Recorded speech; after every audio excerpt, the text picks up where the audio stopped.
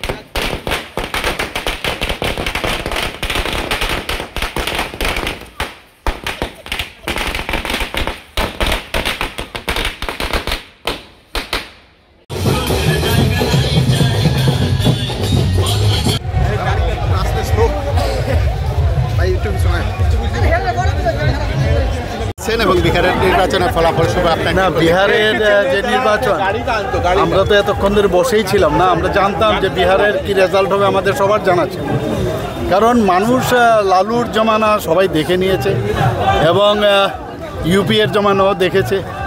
NDA ছাড়া কোনো রাস্তা নেই, মানুষ বুঝতে পেরেছে।